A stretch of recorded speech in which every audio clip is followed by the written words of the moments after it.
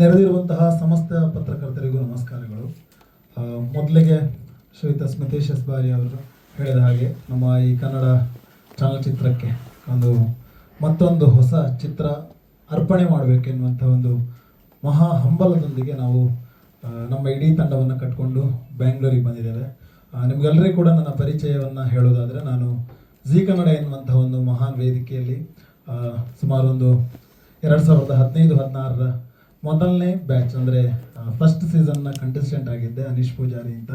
So G ಕನ್ನಡದಲ್ಲಿ ಕಲಾವಿದನಾಗಿ ಬಂದವನು ನಾನು. ಅದಾದ ನಂತರ ಸುಮಾರು 4-5 ಶೋಗಳನ್ನು ನಾನು ರಿಯಾಲಿಟಿ ಶೋಗಳನ್ನು ಮಾಡಿ ಈಗ ಆ ಒಂದು ಎಕ್ಸ್ಪೀರಿಯನ್ಸ್ನ ಜೊತೆಗೆ ಒಂದು ಕಥೆ ಇರ್ಬೋದು, ಅಥವಾ ಚಿತ್ರಕಥೆ ಇರ್ಬೋದು, ಅಥವಾ ಒಂದು ಸಂಭಾಷಣೆ ಇರ್ಬೋದು, ಹೀಗೆ ಒಂದಷ್ಟು ಸಿನಿಮಾಗಳಲ್ಲಿ ನಾವು ಕೆಲಸ ಮಾಡ್ತಾ ಈಗ ದಸ್ಕತ್ ಎನ್ನುವಂಥ ಒಂದು ಸಿನಿಮಾವನ್ನು ನಾವು ತಗೊಂಡು ಬಂದಿದ್ದೇವೆ. ಸ್ಮಿತೇಶ್ ಅವರು ಹೇಳಿದ ಹಾಗೆ ಸುಮಾರು 70 ದಿನಗಳ ಕಾಲ ಕರಾವಳಿ ಭಾಗ ಅಂದರೆ ಮಂಗಳೂರು ಇರ್ಬೋದು ಅಥವಾ ಉಡುಪಿ ಜಿಲ್ಲೆ ಇರ್ಬೋದು, ಎಲ್ಲ ಭಾಗಗಳಲ್ಲೂ ಕೂಡ 70 ದಿನಗಳ ಕಾಲ ನಮ್ಮ ದಸ್ಕತ್ ತುಳು ಚಿತ್ರ ವಿಜೃಂಭಿಸಿದೆ ಮತ್ತು ಎಲ್ಲ ಪ್ರೇಕ್ಷಕರ ಮನವನ್ನು ಕೂಡ ಗೆದ್ದಿದೆ. ಇದು ನಮಗೆ ತುಂಬ ಪ್ರೌಡ್ ಫೀಲ್ ಆಗುವಂತಹ ವಿಷಯ ನಮ್ಮ ತಂಡಕ್ಕೆ. ಬಿಕಾಸ್ ನಾವು ಸುಮಾರು ಒಂದು 5 ವರ್ಷಗಳ ಕಾಲ ಬೇರೆ ಬೇರೆ ಕಂಟೆಂಟ್ಗಳನ್ನು ಮಾಡಿದ್ವಿ. ಮೊದಲ ಚಲನಚಿತ್ರ ನಮ್ಮ ತಂಡದ್ದು ಕನಸು ಮಾರಡಕ್ಕಿದೆ, ಅದನ್ನು ನಿರ್ದೇಶನ ಮಾಡಿದವರು ಸ್ಮಿತೇಶ್ ಬಾರಿ ಅವರು. ಅದಾದ ನಂತರ ನಾವು ಒಂದಷ್ಟು ವೆಬ್ ಸೀರೀಸ್ಗಳನ್ನು ಮಾಡಿದ್ವಿ. ಅದು ಟಾಕೀಸ್ ಎನ್ನುವಂಥ ಒಂದು ಪ್ಲಾಟ್ಫಾರ್ಮ್ ಇಲ್ಲಿದೆ, ಆ್ಯಪಲ್ಲಿದೆ. ಅದೊಂದು OTT ಪ್ಲಾಟ್ಫಾರ್ಮ್. ಅಲ್ಲಿ ಮಾಯೆ, ವನಜ, ಗಿಲ್ಬಿಸ್ಟಿಕ್ ಫ್ಯಾಮಿಲಿ, ಹೀಗೆ ಒಂದಷ್ಟು ಕಂಟೆಂಟ್ಗಳನ್ನು ನಾವು ಮಾಡಿದ್ವಿ. ಅದಾದ ನಂತರ ನಾವು ಥಿಯೇಟ್ರಿಕಲ್ ಆಗಿ ರಿಲೀಸ್ ಮಾಡಿದ್ದೆ ಈ ದಸ್ಕತ್ ಎನ್ನುವಂಥ ಒಂದು ಚಿತ್ರ. ಸೊ ಈಗ ಈ ಚಿತ್ರ ತುಳುನಾಡು ಅಂದರೆ ಕರಾವಳಿ ಭಾಗದಲ್ಲಿ ವಿಜೃಂಭಿಸಿದೆ. ಅದಾದ ನಂತರ ದುಬೈ ಇರ್ಬೋದು, ಮಸ್ಕತ್ ಇರ್ಬೋದು, ಕೆನಡಾ, ನೈಜೀರಿಯಾ, ಕೀನ್ಯಾ, ಹೀಗೆ ಹಲವಾರು ದೇಶಗಳಲ್ಲೂ ಕೂಡ ಪ್ರದರ್ಶನವನ್ನು ಕಂಡಿದೆ. ನಮಗೊಂದು ಖುಷಿ ಏನು ಅಂತಂದರೆ, ನಾವು ಸಿನಿಮಾ ರಿಲೀಸ್ ಆಗೋದಕ್ಕಿಂತ ಮುಂಚೆ ಸಿನಿಮಾದ ಬಗ್ಗೆ ಅತಿ ಹೆಚ್ಚು ನಿಮಗೆ ಹೇಳೋದಕ್ಕೆ ಸಾಧ್ಯವಾಗ್ತಿರಲಿಲ್ಲ. ಬಟ್ ಈಗ ರಿಲೀಸ್ ಆಗಿದೆ ಮತ್ತು ಒಂದಷ್ಟು ಜನ ಪ್ರೇಕ್ಷಕರು ಈ ಸಿನಿಮಾನ ನೋಡಿದ್ದಾರೆ. ಅವರ ವಿಮರ್ಶೆಯನ್ನು ಕೂಡ ನೀವು ನೋಡಿದಿರಿ ಈಗ. ಹಾಗೆ ಅವರಲ್ಲದೆ ಸಾವಿರಾರು ಜನರು ಕೂಡ ವಿಮರ್ಶನೆ ಕೊಟ್ಟಿದ್ದಾರೆ, ಬರೆದಿದ್ದಾರೆ. ಅವರ ಒಂದಷ್ಟು ಮುಖಪುಟಗಳಲ್ಲಿ ಬರೆದು ನಮ್ಮನ್ನು ಬಹುದೊಡ್ಡ ಮಟ್ಟಕ್ಕೆ ತಲುಪಿಸಿದ್ದಾರೆ. ಈಗ ನಮಗೊಂದು ದೊಡ್ಡ ಕೋರಿಕೆ ಏನಂತಂದರೆ, ನಿಮ್ಮ ಮುಖೇನ ಈ ದಸ್ಕತ್ ಎನ್ನುವಂಥದ್ದು ಹರಿಯುವ ನದಿ ಆಗಬೇಕು ಅನ್ನೋ ನಮ್ಮ ಕನಸು. ಅಂದರೆ ಬರಿಯ ಕರಾವಳಿ ಭಾಗಕ್ಕೆ ಸೀಮಿತವಾಗದೆ ಈ ದಸ್ಕತ್ ಎನ್ನುವಂಥದ್ದು ಕನ್ನಡ ನಾಡಿನ ಪ್ರತಿಯೊಂದು ಊರುಗಳಲ್ಲೂ ಪ್ರತಿಯೊಂದು ಜಾಗಗಳಿಗೂ ತಲುಪಬೇಕು ಅನ್ನೋದು. ಸೊ ಇದೊಂದು ನಮ್ಮ ಕನಸಾಗಿತ್ತು. ಆ ಕನಸಿಗೆ ನನಸಾಗುವ ಹಾಗೆ ಮಾಡಿದವರು ನನ್ನ ಹತ್ತಿರವೇ ಕುಳಿತಿರುವಂತಹ ಅಜಾನುಬಾಹು ಅಂತ ಹೇಳ್ತೇನೆ. ಅಂದರೆ ಸ್ಮಿತೇಶ್ ಅವರು ಹೇಳಿದರು ಅವರ ಸಾಧನೆ ಏನು ಅಂತ. ನಮಗೆ ಒಂದು 2 ವರ್ಷಗಳ ಹಿಂದೆ ನಮ್ಮ ಸ್ನೇಹಿತರ ಮೂಲಕ ಸರ್ದು ಪರಿಚಯ ಆಯಿತು. ರಕ್ಷಿತ್ ಎನ್ನುವ ನನ್ನ ಫ್ರೆಂಡ್ ಅವರು, ಅವರ ಜೊತೆಗೆ ಕೆಲಸ ಮಾಡ್ತಾರೆ. ಹೀಗೆ ಆ ಊರಿನ ಬಗ್ಗೆ ನಮಗೆ ಹೇಳಿದರು ರಕ್ಷಿತ್ ಅವರು. ಅರೆಬನ್ನೆಮಂಗಲ ಅಂತ ಊರಿನ ಹೆಸರು. ಆ ಊರಿಗೆ ನಾನು ಸ್ಮಿತೇಶ್ ಅವರೆಲ್ಲ ಸುಮ್ಮನೆ ಹೋಗಿದಾಗ ಆ ಊರಿನ ಪರಿಸ್ಥಿತಿಯನ್ನು ನೋಡಿ ನನಗೆ ತುಂಬ ಖುಷಿ ಆಗ್ಬಿಡ್ತು.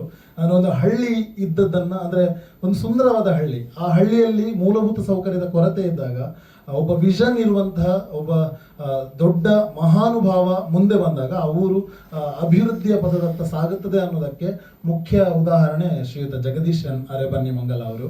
ಸೊ ಅವರು ಮಾಡಿರುವಂತಹ ಸಾಧನೆ ಬಹು ದೊಡ್ಡದು. ಆ ಸಾಧನೆಗೆ ನಮಗೆ ಈಗ ಅವರ ಜೊತೆಗೆ ಕೆಲಸ ಮಾಡುವಂತಹ ಒಂದು ದೊಡ್ಡ ಅವಕಾಶ ಸಿಕ್ಕಿದೆ, ಸೌಭಾಗ್ಯ ಸಿಕ್ಕಿದೆ. ಇವತ್ತು ಅವರು ನಮ್ಮ ದಸ್ಕತ್ ಎನ್ನುವಂಥ ಸಿನಿಮಾವನ್ನು ಸುಮಾರು 3 ಸಲ ನೋಡಿದ್ದಾರೆ. ಒಂದು 2 ಸಲ ತುಳು ಭಾಷೆಯಲ್ಲಿರುವಾಗ ನೋಡಿದ್ದಾರೆ. ಅದಾದ ನಂತರ 3ನೇ ಬಾರಿ ಕನ್ನಡದಲ್ಲೂ ಒಂದ್ಸಲ ಹೇಗೆ ಬಂದಿದೆ ನೋಡೋಣ ಅಂತ ನೋಡಿದ್ದಾರೆ. ಸೊ 3 ಬಾರಿಯೂ ಕೂಡ ಅವ್ರು ನೋಡಿದಾಗ ಅವರ ಹಳ್ಳಿಯ ಜನರನ್ನೇ ನೋಡಿದೀನಿ ಅಂತ ಪ್ರತಿ ಸಲ ನಮ್ಗೆ ಹೇಳ್ತಾ ಇದ್ರು. ಸೊ ನನ್ನ ಹಳ್ಳಿಯಲ್ಲೂ ಇಂಥದ್ದು ಜನ ಇದ್ದಾರೆ, ಇಂಥದ್ದೇ ಅಧಿಕಾರಿ ವರ್ಗ ಇತ್ತು, ಹೀಗೆ ಆಗ್ತಾ ಇತ್ತು ಸಿಚುವೇಶನ್ಗಳು ಅಂತ. ಸೊ ಅವರು ದೇವರ ದಯೆಯಿಂದ ನಮ್ಗೆ ಸಿಕ್ಕಿದ್ದಾರೆ. ಈಗ ನಮ್ಮ ಸಿನಿಮಾವನ್ನ ಇಡೀ ಕನ್ನಡ ನಾಡಿನ ಜನತೆಗೆ ಪ್ರಸರಿಸಬೇಕೆನ್ನುವಂಥ ಒಂದು ಮಹದಾಸೆಯನ್ನು ಹೊತ್ಕೊಂಡಿದ್ದಾರೆ. ಸೊ ನಮ್ಮ ದಸ್ಕತ್ ಇವತ್ತಿಗೆ ನಮ್ಮ ಕನ್ನಡ ನಾಡಿನಾದ್ಯಂತ ರಿಲೀಸ್ ಆಗಿ, ಅಂದರೆ ಮೇ 9ನೇ ತಾರೀಕು ನಾವು ರಿಲೀಸ್ ಮಾಡಬೇಕು ಅಂತ ಅಂದ್ಕೊಂಡಿದ್ದೇವೆ. ಹಾಗೆ ಅನೌನ್ಸ್ ಕೂಡ ಮಾಡಿದ್ದೇವೆ. 9ನೇ ತಾರೀಕು ರಿಲೀಸ್ ಆಗುತ್ತೆ. ಬರೀ ರಿಲೀಸ್ ಆಗೋದು ಮಾತ್ರ ಅಲ್ಲ, ಇಡೀ ಕನ್ನಡ ನಾಡಿನಾದ್ಯಂತ ದಸ್ಕತ್ ಪಸರಿಸಬೇಕು. ಈಗಾಗಲೇ ನಿಮ್ಗೆ ಗೊತ್ತಿರುತ್ತೆ, ದಸ್ಕತ್ ಅಂದರೆ ಸಿಗ್ನೇಚರ್, ಅಂದರೆ ಸಹಿ ಅಂತ ಅರ್ಥ. ಸೊ ನಮ್ಮ ಮಂಗಳೂರು ಭಾಗದಲ್ಲಿ ಅತಿ ಹೆಚ್ಚಾಗಿ ಆ ಪದವನ್ನು ಬಳಕೆ ಮಾಡ್ತಾರೆ. ಆ್ಯಂಡ್ ನಾನು ತಿಳಿದ ಮಟ್ಟಿಗೆ ಬೆಂಗಳೂರಲ್ಲೂ ಕೂಡ ಒಂದಷ್ಟು ಜನರಿಗೆ ದಸ್ಕತ್ ಅಂದರೆ ಗೊತ್ತು, ಉತ್ತರ ಕರ್ನಾಟಕದಲ್ಲೂ ದಸ್ಕತ್ ಅಂದರೆ ಏನು ಅಂತ ಗೊತ್ತು. ಕಾರಣ ನಿಮಗೆ ಗೊತ್ತಿರಬಹುದು, ಒಂದಷ್ಟು ವರ್ಡ್ಗಳು, ಬೇರೆ ಬೇರೆ ಭಾಷೆಯ ವರ್ಡ್ಗಳು ನಮಗೆ ಇನ್ಫ್ಲೂಯೆನ್ಸ್ ಆಗುತ್ತೆ. ಎಕ್ಸಾಂಪಲ್, ಈಗ ಸ್ಕೂಲ್ ಅನ್ನೋದು ಈ ಸ್ಕೂಲ್ ಆಗಿದೆ. ಈ ಸ್ಕೂಲ್ ಅಂದರೆ ಕನ್ನಡ ಪದ ಅಲ್ಲ, ಅದು ಆ್ಯಕ್ಚುಲಿ ಬಟ್ ನಾವು ಕನ್ನಡವಾಗಿ ಅದನ್ನು ಸ್ವೀಕರಿಸಿದ್ವಿ. ಬಿಕಾಸ್ ಒಂದು ಹಳ್ಳಿಯ ಜನರ ಬಾಯಲ್ಲಿ ಬರುವಂತಹ ಇಂಗ್ಲಿಷ್ ಪದದ ತರ್ಜುಮೆ ಅಂದರೆ ಅದೊಂದು ಸ್ವಲ್ಪ ಹಳ್ಳಿಗವಾಗಿ ಹೋಗ್ತದೆ. ಸ್ಕೂಲ್ ಇರೋದು ಸ್ಕೂಲ್ ಆಗಿದೆ, ದಸ್ಕತ್ ಎನ್ನುವಂಥದ್ದು ದಸ್ಕತ್ ಆಗಿದೆ. ಸೊ ಅಷ್ಟೇ ವ್ಯತ್ಯಾಸ. ಹಾಗಾಗಿ ಎಲ್ರಿಗೂ ಅರ್ಥ ಆಗುತ್ತೆ ಅನ್ಕೊಂಡಿದ್ದೀನಿ. ಆ್ಯಂಡ್ ಈಗಾಗಲೇ ಇದು ಪ್ರಚಾರದಲ್ಲಿದೆ. ಹೇಗೆ ಅಂತಂದರೆ ಮೊನ್ನೆ ತಾನೇ ನಡೆದಂತಹ ಬೆಂಗಳೂರು ಅಂತಾರಾಷ್ಟ್ರೀಯ ಚಲನಚಿತ್ರೋತ್ಸವದಲ್ಲಿ 3ನೇ ಸ್ಥಾನವನ್ನು ನಮ್ಮ ದಸ್ಕತ್ ಪಡ್ಕೊಂಡಿದೆ. ತುಂಬ ಖುಷಿ ಏನಂತಂದರೆ ಆಲ್ಮೋಸ್ಟ್ 4000 ಮೂವೀಸ್ ಬಂದಿದೆ ಅಲ್ಲಿಗೆ. ಸೆಲೆಕ್ಷನ್ ಆಗಿರುವಂಥದ್ದು 3 ಕ್ಯಾಟಗರಿಯಲ್ಲಿ 14 3 ಕ್ಯಾಟಗರಿಯಲ್ಲಿ. ಸೊ ನಮ್ಮ ಸಿನಿಮಾ ಈ ವರ್ಷ ಅಂದರೆ ಹಿಂದಿನ ವರ್ಷಗಳಲ್ಲೆಲ್ಲ ಪ್ರಾದೇಶಿಕ ಭಾಷೆಯ ಸಿನಿಮಾ ತುಳು ಅಂತ ಹೇಳಿ ಪ್ರೈಸ್ ಕೊಡ್ತಾ ಇದ್ರು. ಬಟ್ ಈ ಸಲ ನಮ್ಗೊಂದು ತುಂಬ ಖುಷಿ ಏನು ಅಂತಂದರೆ ಕನ್ನಡ ಸಿನಿಮಾ ಕಾಂಪಿಟೇಷನಲ್ಲಿ ನಮ್ಮ ದಸ್ಕತ್ ಸೆಲೆಕ್ಟ್ ಆಗಿರುವಂಥದ್ದು. 14 ಸಿನಿಮಾದಲ್ಲಿ 2 ತುಳು ಸಿನಿಮಾಗಳಿಗೆ ಪ್ರಶಸ್ತಿ ಬಂದಿತ್ತು. ಮೊದಲ ಪ್ರಶಸ್ತಿ ಬಂದು ಮಿಕ್ಕ ಬಣ್ಣದ ಹಕ್ಕಿ ಅಂತ ನಿಮ್ಗೆಲ್ರಿಗೂ ಗೊತ್ತಿದೆ. ಸೆಕೆಂಡ್ ಪ್ರೈಸ್ ಬಂದು ಪಿದಾಯಿ ಅಂತ, ಅದು ಕೂಡ ತುಳು ಸಿನಿಮಾ. 3ನೇ ಪ್ರೈಸ್ ಬಂದು ದಸ್ಕತ್ ಅಂತ. ಸೊ ನಮ್ಗೊಂದು ತುಂಬ ಪ್ರೌಡ್ ಫೀಲ್ ಇದೆ. ಬಿಕಾಸ್ ಜನರಿಗೆ ನಾವು ಖಂಡಿತವಾಗ್ಲೂ ಎಂಟರ್ಟೈನ್ ಮಾಡ್ತೀವಿ. ಅವ್ರು ನೋಡಿದಾಗ ಅವರಿಗೆಲ್ಲೂ ಕೂಡ ಬೇಸರವಾಗದಿರುವಂತಹ, ಎಲ್ರಿಗೂ ಕೂಡ ಮನೋರಂಜನೆಗೆ ಕೊರತೆ ಆಗಿರುವಂತಹ ಒಂದು ಕಥೆಯನ್ನು ಕಟ್ಕೊಟ್ಟಿದ್ದೇವೆ. ಕಂಟೆಂಟು ಇದೆ, ಮನೋರಂಜನೆಯೂ ಇದೆ, ಬದುಕಿನ ಅರಿವು ಇದೆ. ಸೊ ಹಳ್ಳಿಗರ ಬದುಕು, ಸಂಘರ್ಷ, ಸಂಸ್ಕೃತಿಯ ಅನಾವರಣ ಇದೆ. ಎಲ್ಲವನ್ನು ಒಳಗೊಂಡಿರುವಂತಹ ಸಿನಿಮಾವೇ ನಮ್ಮ ದಸ್ಕತ್.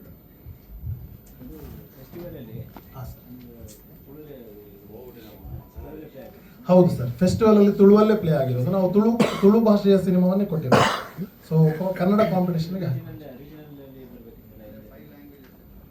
ಹಾಂ ಸರ್, ಈಗ ನೋಡಿ ಕೆಟಗರಿ ಬಂದು ಇಂಟರ್ನ್ಯಾಷನಲ್ ಅಂದರೆ ಏಷ್ಯನ್, ಭಾರತೀಯ ಮತ್ತು ಕನ್ನಡ ಸಿನಿಮಾ ಅಂತ ಆ ಮೂಲಕ ಮಾತ್ರ ಅಪ್ಲೈ ಇರೋದು. ಆ್ಯಂಡ್ ನಮ್ಮದು ಕೂಡ ತುಳು ಭಾಷೆಯ ಸಿನಿಮಾಗಳು ಕೂಡ ಕನ್ನಡ ಚಿತ್ರರಂಗದಲ್ಲಿ ನೋಂದಣಿ ಆಗಿರೋದ್ರಿಂದ, ಸೊ ಅಂದರೆ ಈಗ ನಾವು ಚೇಂಬರಲ್ಲಿ ನಮಗೆ ಬೆಂಗಳೂರಿಗೆ ಬರಬೇಕು ಅಂದರೆ ಕನ್ನಡ ಭಾಷೆಯ ಸಿನಿಮಾ ಅಂತಲೇ ಕನೆಕ್ಟ್ ಆಗೋದು. ಹಾಗಾಗಿ ಕಾಂಪಿಟೇಷನ್ ಬಂದು 3 ಕ್ಯಾಟಗರಿ ಇರೋದ್ರಿಂದ ನಮ್ಮ ಸಿನಿಮಾಗಳನ್ನು ಕೂಡ ಕನ್ನಡ ಕ್ಯಾಟಗರಿ. ಹೌದು, ಅದರಲ್ಲೇ ಒಳಗೊಳ್ಳುತ್ತೆ. ಇಲ್ಲ ಸರ್, ನಾವು ಅಂದರೆ ನಮ್ಮದು ಡಿಸೆಂಬರ್ 13ಕ್ಕೆ ರಿಲೀಸ್ ಆಗಿರೋದಲ್ಲಿ ಒಂದು ಆಲ್ಮೋಸ್ಟ್ 3 ಮಂತ್ಸ್ ನಾವಲ್ಲಿ ಜರ್ನಿ ಕಂಟಿನ್ಯೂ ಮಾಡಿ ಈಗ ಫಾರಿನ್ ಶೋಸ್ಗಳು ಆಗ್ತಾ ಇತ್ತು. ಸೊ ಅದೇ ನಾನು ಹೇಳಿದ್ನಲ್ಲ, Dubai, Muscat, Canada, Nigeria, Kenya, Uganda, ಹೀಗೆ ಒಂದಷ್ಟು ರಾಷ್ಟ್ರಗಳಲ್ಲಾಗಿದೆ.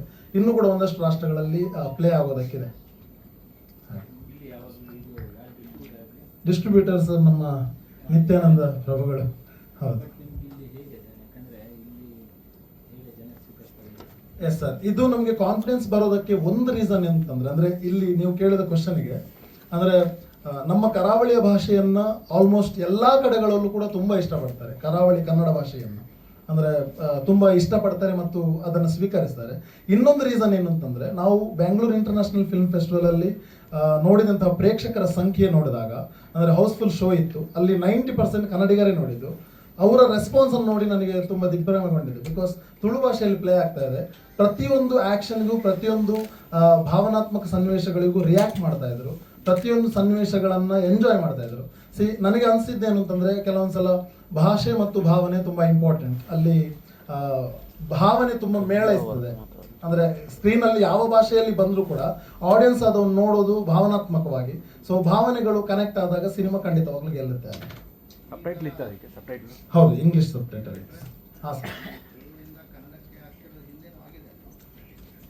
ಹಿಂದೆ ನನಗೆ ಗೊತ್ತಿರೋ ಪ್ರಕಾರ ತುಳುವಿನ ಸಿನಿಮಾಗಳು ಕನ್ನಡದಲ್ಲಿ ಥಿಯೇಟ್ರಿಕಲ್ ಆಗಿ ರಿಲೀಸ್ ಆಗಿರುವಂತ ಸಂಖ್ಯೆ ವಿರಳ ಸರ್. ಅಂದ್ರೆ OTT ಅಲ್ಲಿ ಬಂದಿರಬಹುದು, ಬಟ್ ಹೀಗೆ ಥಿಯೇಟ್ರಿಕಲ್ ಆಗಿ ಬಂದು ಸಿನಿಮಾವನ್ನು ರಿಲೀಸ್ ಮಾಡಿದ್ದು ತುಂಬಾ ವಿರಳ. ಹಾ ಮ್ಯಾಮ್, ಅದು ರೂಪೇಶ್ ಶೆಟ್ಟಿ ಅವರ ಸಿನಿಮಾ ಕೂಡ ಸ್ಟಾರ್ ಸುವರ್ಣದಲ್ಲಿ ತುಳುವಲ್ಲೇ ಪ್ಲೇ ಆಗಿದೆ. ಇಲ್ಲ, ತುಳುವಲ್ಲೇ ಅವರು ರೈಟ್ಸ್. ಅದೇ ತುಳು ಸಿನಿಮಾ ಬೆಂಗಳೂರಲ್ಲಿ ಕೂಡ ನಾವು ಶೋ ಮಾಡಿದ್ದೀವಿ ತುಳುವಲ್ಲೇ. ಸೊ ಆಗ ಕೂಡ ಒಂದು 5-6 ಶೋಗಳನ್ನು ಫಿಲ್ ಮಾಡಿದ್ದು, ಅದು ತುಳುವರೆಗೋಸ್ಕರ. ಬಟ್ ಈಗ ನಮ್ಮ ಮೇನ್ ಇಂಟೆನ್ಷನ್ ಏನಂತಂದ್ರೆ, ನಾವು ಕನ್ನಡದಲ್ಲಿ ಈಗ ಆಲ್ರೆಡಿ ಡಬ್ಬಿಂಗ್ ಆಗಿದೆ ಈ ಸಿನಿಮಾ. ಸೊ ನಮಗೆ ನೋಡಿದಾಗ ಮತ್ತೆ ಡಿಸ್ಟ್ರಿಬ್ಯೂಟರ್ಸ್ ಕೂಡ ನೋಡಿದ್ದಾರೆ, ಒಂದಷ್ಟು ಜನ ನಮ್ಮ ಕನ್ನಡದ ಆಡಿಯನ್ಸ್ ನೋಡಿದವರೆಲ್ಲರ ಒಪಿನಿಯನ್ ಏನಂತಂದ್ರೆ, ಇದು ಖಂಡಿತವಾಗ್ಲೂ ಒಪ್ತಾರೆ ಆಡಿಯನ್ಸ್ ಅನ್ನೋ ಥರ. ಬಿಕಾಸ್ ಎಲ್ಲ ಕಡೆಗಳಲ್ಲೂ ನೆಲದ ಕಥೆ ಇರುತ್ತೆ, ಬರೀ ಒಂದು ಕಡೆಗೆ ಸೀಮಿತ ಆಗಿರೋದಿಲ್ಲ. ನೆಲದ ಕಥೆ ಅಂದ್ರೆ ಜನಪದೀಯ ನೆಲೆಯ ಕಥೆ ಇರ್ಬೋದು, ಅಥವಾ ಗ್ರಾಮ ಪಂಚಾಯತಿಗೆ ರಿಲೇಟೆಡ್ ಆಗಿರುವ ಕಥೆಗಳಿರ್ಬೋದು, ಗ್ರಾಮೀಣ ಪ್ರದೇಶಕ್ಕೆ ಪರಿಚಯ ಇರ್ಬೋದು. ಸೊ ಎಲ್ಲ ಸಿಟಿಯಲ್ಲಿರುವಂತಹ ವ್ಯಕ್ತಿಗಳು ಕೂಡ ಯಾವುದೋ ಒಂದು ಹಳ್ಳಿಯಿಂದಲೇ ಬಂದಿರ್ತಾರೆ. ಮೂಲತಃ. ಸೊ ಅವ್ರಿಗೆ ಖಂಡಿತವಾಗ್ಲೂ ಕನೆಕ್ಟ್ ಆಗುತ್ತೆ ಅನ್ನೋ ಥರ. ಖಂಡಿತ ಸರ್. ಮಂಗಳೂರು ಅಂದರೆ ನಮ್ಮ ದಸ್ಕತ್ ತುಳು ಚಲನಚಿತ್ರವನ್ನು ಮಾಡಿದಂಥವರು ಶ್ರೀಯುತ ರಾಘವೇಂದ್ರ ಕುಡುವ ಅವರು ತುಂಬ ಹ್ಯಾಪಿ ಆಗಿದ್ದಾರೆ. ಬಿಕಾಸ್ ನಮ್ಮ ದಸ್ಕತ್ ಅಲ್ಲಿ ಗೆದ್ದಿದೆ. ಸೊ ಇನ್ನು ಮತ್ತೆ ಇಲ್ಲಿ ಗೆಲ್ಲೋದಿದೆ. ಹಾಗೆ ಬಂದಿತ್ತು ಸರ್.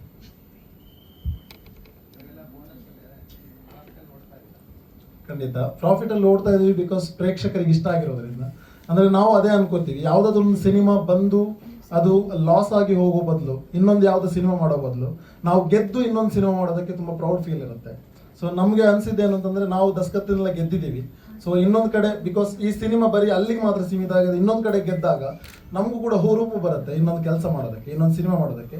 ದೆನ್ ನಮ್ಮ ಮೇಲೆ ನಂಬಿಕೆ ಇಟ್ಟು ದುಡ್ಡು ಹಾಕಿರುವಂತ ಪ್ರೊಡ್ಯೂಸರ್ಗೂ ಕೂಡ ಬೇರೆ ಲೆವೆಲ್ನ ಒಂದು ಪ್ರಶಂಸೆ ಮತ್ತು ಅವರಿಗೂ ಕೂಡ ಒಂದು ನಮ್ಮ ಮೇಲಿನ ನಂಬಿಕೆ ದೊಡ್ಡ ಮಟ್ಟಕ್ಕೆ ಅದು ಬೆಳೀತಾ ಹೋಗ್ತದೆ ಅನ್ನೋದಕ್ಕೆ.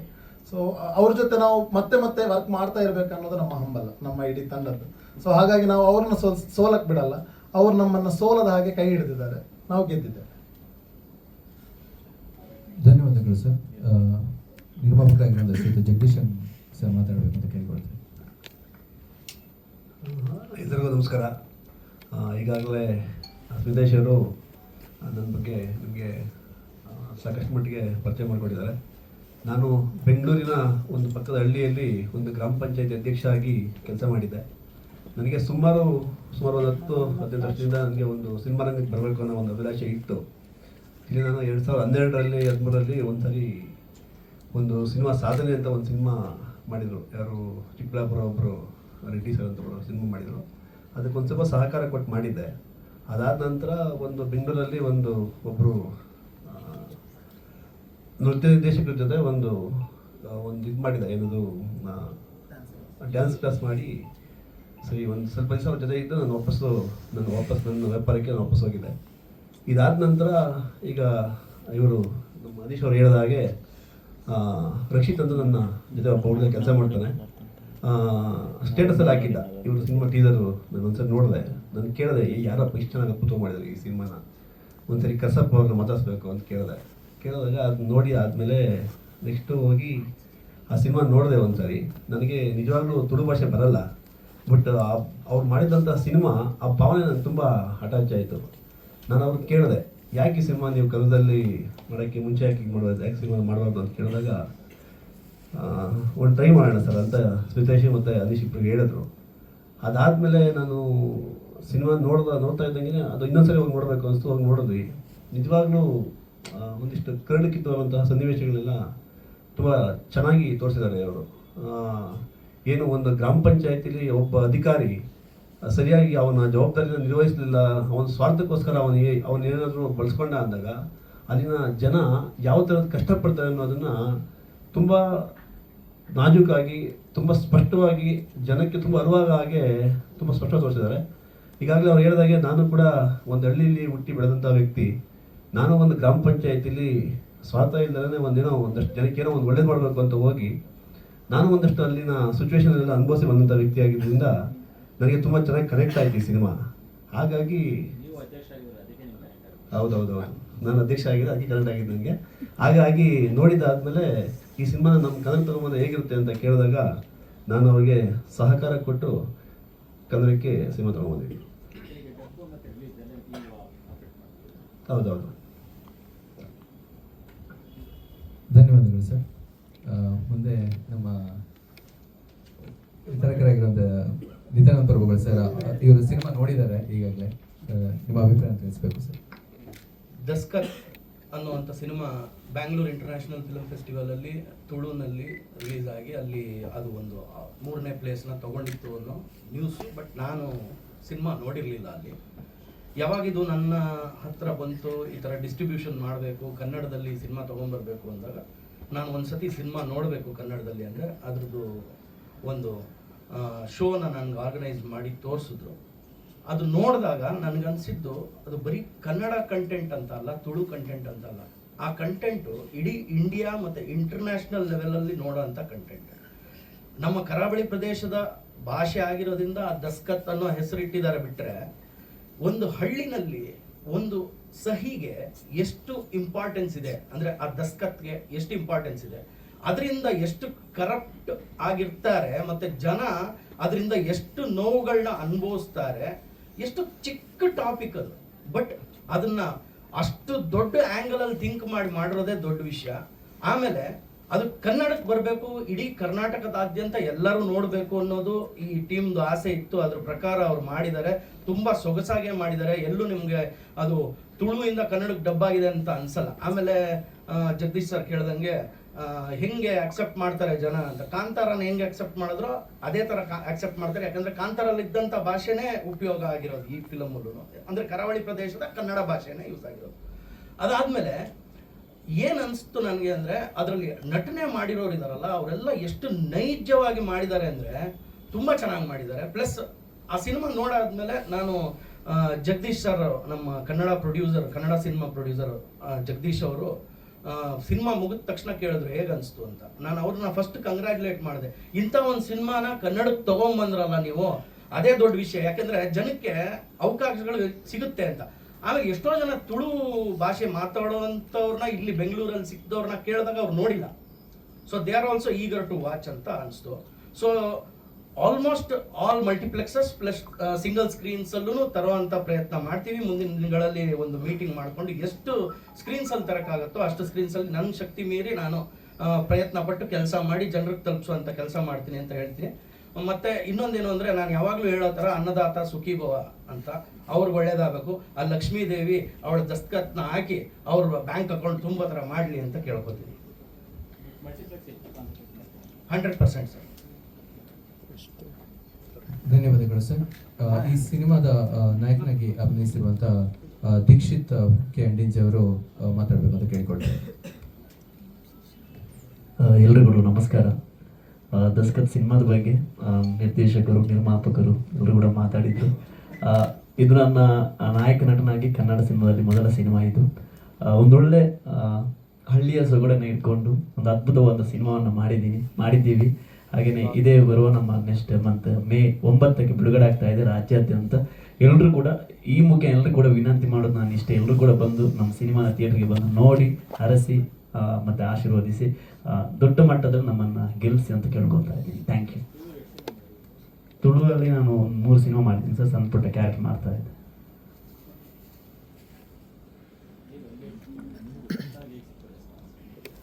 ಅಲ್ಲಿ ಸಿನಿಮಾ ನೋಡಿ ಹೊರಗೆ ಬಂದ ತಕ್ಷಣ ಜನರೆಲ್ಲರೂ ಕೂಡ ಶೇಖರ ಪಾತ್ರ ಮಾಡಿದವರು ಯಾರು ಅಂತ ಹುಡುಕ್ತಾ ಇದ್ರು. ಆ ಸ್ಕ್ರೀನಲ್ಲಿರುವಂಥ ಅಲ್ಲಿರುವಂಥ ಶೇಖರನೇ ಬೇರೆ, ಇಲ್ಲಿರುವಂಥ ನಾನು ಬೇರೆನೆ. ಇಲ್ಲಿ ದೀಕ್ಷಿತ್ ನೋಡಿದ್ರೆ ಅಲ್ಲಿ ಬೇರೆ ಶೇಖರ್ ನಾನು ನೋಡ್ತೀರಿ. ಹಾಗೆ ಎಲ್ಲ ಹೊರಗೆ ಬಂದವರು ಶೇಖರನ್ನು ಹುಡುಕ್ತಾ ಇದ್ರು. ಪಾತ್ರದ ಬಗ್ಗೆ ಎಲ್ಲರೂ ಕೂಡ ಹೊಗಳ್ತಾ ಇದ್ರು. ತುಂಬ ಖುಷಿ ಆಯ್ತದೆ.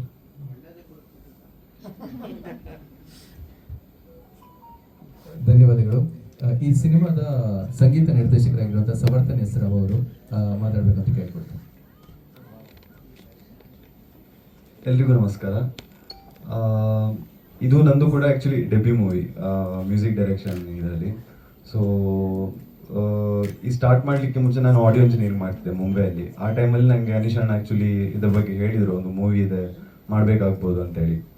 ಸೊ ಆ ಟೈಮಲ್ಲಿ ನಾನು ಅಂದರೆ ಕಾನ್ಫಿಡೆನ್ಸ್ ಇರಲಿಲ್ಲ ಇಷ್ಟು ದೊಡ್ಡ ಫುಲ್ ಫೀಚರ್ಡ್ ಮೂವಿಯನ್ನು ಮಾಡಲಿಕ್ಕೆ ನನ್ನಿಂದ ಆಗ್ಬೋದು ಅಂತೇಳಿ. ಬಟ್ ಅವರ ಒಂದು ಕಾನ್ಫಿಡೆನ್ಸ್ ಮತ್ತು ಈ Daskat team, first of all ಅದ್ಭುತವಾದ ಟೀಮ್, ಅವರಿಂದ ಕೂಡ ನನಗೆ ಆ್ಯಕ್ಚುಲಿ ಒಳ್ಳೆ ಕಾನ್ಫಿಡೆನ್ಸ್ ಸಿಕ್ತು. ಹಾಗೆ ಎಲ್ಲರ ಸಪೋರ್ಟಲ್ಲಿ ಇದೊಂದು ಮಾಡಲಿಕ್ಕೆ ಸಾಧ್ಯ ಆಯಿತು ಅಂತ ಹೇಳಲಿಕ್ಕೆ ಇಷ್ಟಪಡ್ತೇನೆ. So thank you so much Aneesh. Thank you. ಮೇಯ್ನಾಗಿ ಇದರಲ್ಲಿ 3 ಸಾಂಗ್ಸ್ ಇದೆ, ಒಂದು ಥೀಮ್ ಸಾಂಗ್, ಹಾಗೆ 2 ಸಾಂಗ್ಸ್ ಇದೆ. ಬಟ್ ಸಣ್ಣ ಪುಟ್ಟ ಬಿಟ್ ಸಾಂಗ್ಸ್ ಕೂಡ ಮತ್ತು 2 ಇದೆ ಇದರಲ್ಲಿ.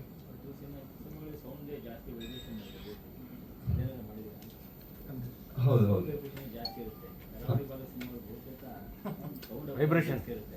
ಹಾಂ ಹಾಂ.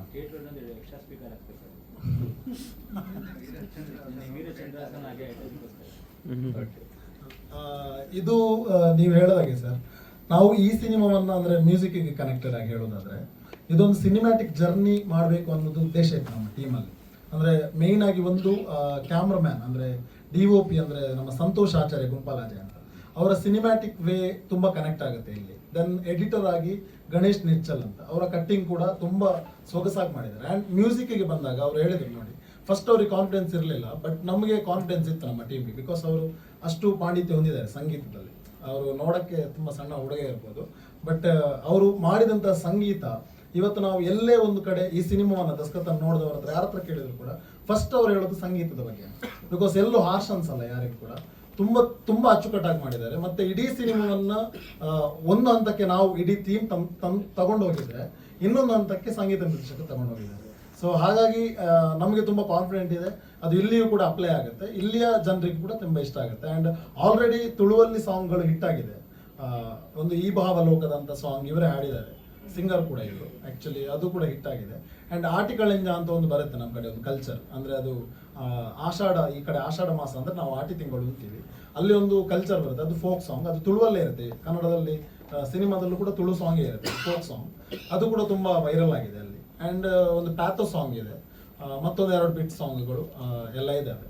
ಸೊ ಎಲ್ಲವೂ ಕೂಡ ಗೆಲ್ಲಕ್ಕೆ ತುಂಬ ಇಂಪಾರ್ಟೆಂಟ್ ಆಗಿ ಸಮರ್ಥನ ಅವರ ಕೂಡ ಕೈ ಚಾಳಕ ಚೆನ್ನಾಗಿದೆ. ಧನ್ಯವಾದಗಳು. ಈ ಸಿನಿಮಾದ ನಾಯಕ ನಟಿಯಾಗಿರುವಂಥ ಭವ್ಯ ಪೂಜಾರಿ ಅವರು ಒಂದೆರಡು ಮಾತಾಡಬೇಕು ಅಂತ ಕೇಳಿಕೊಳ್ತೀನಿ. ಮೊದಲನೇದಾಗಿ ಎಲ್ರಿಗೂ ನಮಸ್ಕಾರ. ನಾನು ಕನ್ನಡ ಸೀರಿಯಲ್ಸ್ ಮಾಡ್ತಿದ್ದೆ, ಆಮೇಲೆ ಕನ್ನಡ ಸಿನಿಮಾದಲ್ಲಿ ಸಣ್ಣ ಪುಟ್ಟ ಪಾತ್ರನ ಮಾಡ್ತಿದ್ದೆ. ತುಳು ಸಿನಿಮಾ ದಸ್ಕತ್ ಮಾಡಬೇಕಾದ್ರೆ ಅದು ನನ್ನ ಮೊದಲನೇ ಸಿನಿಮಾ. ಹಾಗೆ ಕನ್ನಡದಲ್ಲಿ ಕೂಡ ಒಂದು ಪ್ರಮುಖ ಪಾತ್ರದಲ್ಲಿ ಮಾಡ್ತಿರುವಂಥ ಸಿನಿಮಾ ಅಂದರೆ ಇದು ಮೊದಲನೇ ಸಿನಿಮಾನೇ. ಮೇ 9ಕ್ಕೆ ರಿಲೀಸ್ ಆಗ್ತದೆ, ಎಲ್ಲರೂ ನೋಡಿ. ಈ ಪಾತ್ರದ ಬಗ್ಗೆ ಹೇಳಬೇಕಂದ್ರೆ ನಾನು ಇಲ್ಲಿ ಒಂದು ಹಳ್ಳಿ ಹುಡುಗಿ ಪಾತ್ರನ ಮಾಡಿದ್ದೀನಿ. ಹಾಗೆ ಒಂದು ಹಳ್ಳಿಯಲ್ಲಿ ನಡೆಯುವಂಥ ಲವ್ ಸ್ಟೋರಿ ಇದರಲ್ಲಿ ಬರುತ್ತೆ. Thank you. ಧನ್ಯವಾದಗಳು.